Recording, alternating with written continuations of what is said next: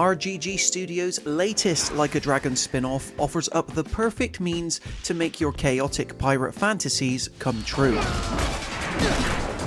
Well over 20 games in, if you include mainline entries and spin-off installments that is, and Sega's long-running Yakuza series can seemingly do no wrong. Just when you think there wouldn't be new territory to explore with this open-world, Japanese crime-centric franchise, however, Goro Majima's seafaring voyage is just as thrilling and epic as any of Ichiban Kasuga or Kazuma Kiryu's previous main exploits. It's easily one of the best pirate games in years due to the countless ways to dominate the high seas and have fun doing it. For as much as Majima's first solo venture is a direct sequel to the events of Like a Dragon Infinite Wealth, series newcomers simply craving a way to play Buccaneer can rest easy knowing that Pirate Yakuza in Hawaii also works as a standalone story. Waking up amidst the remnants of a shipwreck on a beach located in the Pacific Ocean, the former Yakuza gangster starts off suffering from a severe case of amnesia, in effect wiping the narrative slate clean for us as players just as much as himself. It isn't too much longer until he defeats a wannabe pirate bloke named Keith, takes over a ship, and is intent on becoming one of the region's legendary captains. It's appropriately madcap as far as setups go, but one perfectly suiting of this fan favourite character's zany personality, who finally gets the chance to properly shine for the first time since 2015's Yakuza 0. One of the aspects that impressed me most about Pirate Yakuza in Hawaii is just how committed to the bit the game actually is, because rather than retrofit the Like a Dragon game's typical mechanics and systems,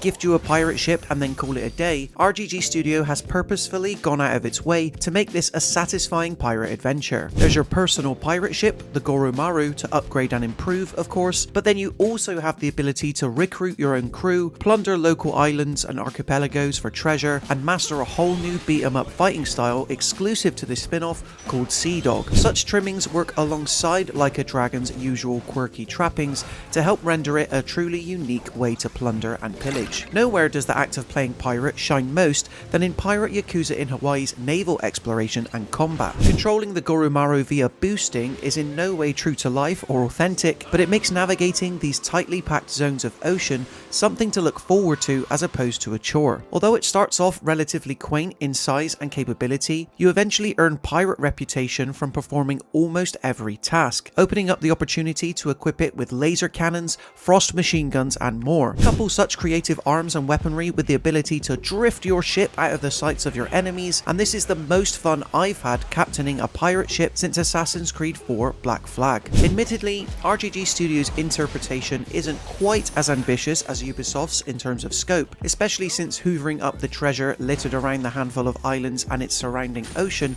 doesn't take too long. What Pirate Yakuza in Hawaii lacks in breadth, it more than makes up for in its wealth of opportunities though, as you never know what kind of move-altering dark instrument, stat-boosting ring, or other quirky loot lies dormant on each. The best way to test your seafaring skills is in the pirate island playground known as Madlantis, which plays host to the game-like Pirates Coliseum. It's here where you can enter tournaments primed to test your ship-to-ship and deck battling skills, which while not entirely story critical, is still a great way to build up your rep as difficulty progressively ramps up. Sadly, it's in the new islands themselves where Pirate Yakuza in Hawaii shows its true nature as a more contained spin-off most, because while the likes of Nele Island, Rich Island, and of course Madlantis each have their own visual identities, it soon becomes apparent that there's not as much to do on them as there is in the returning map of Honolulu. There's the usual gamut of engaging in brawls, recruiting each one's unique selection of crew members under the right conditions, and growing your own food, but it's clear that RGG Studio's efforts went more into mastering the game's pirate mechanics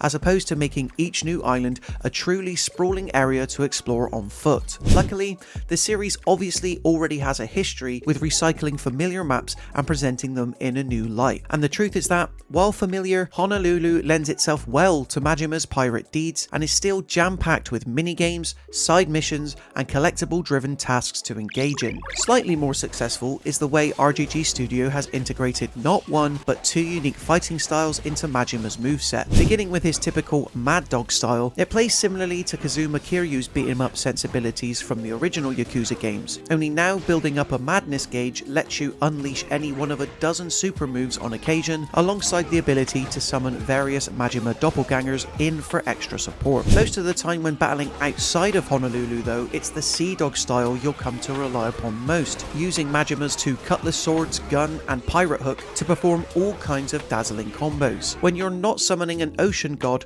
to perform a devastating AoE attack, that is. Being able to switch up between Mad Dog and Sea Dog on the fly gives typical brawls a good sense of dynamism in a way that again makes great use of Majima's more unpredictable tendencies. Sure, the handful of new regions available to explore might mostly be superficial, and the recycled Honolulu map from Infinite Wealth is familiar, but surrounding this are myriad ways to inhabit the pirate fantasy in a way rarely seen in video games previously. Majima's turn as a seafaring captain is the perfect remedy to last year's game's heavier themes too, serving as yet another winning spin-off entry in the beloved series already celebrated for them. We at Mirror Gaming give Like a Dragon Pirate Yakuza in Hawaii a 4 out of 5. If you enjoyed this video, why not leave it a like and consider subscribing to the Mirror Gaming YouTube channel to stay up to date with even more videos like this. Until next time, thank you so much for watching, and we'll see you in the next one.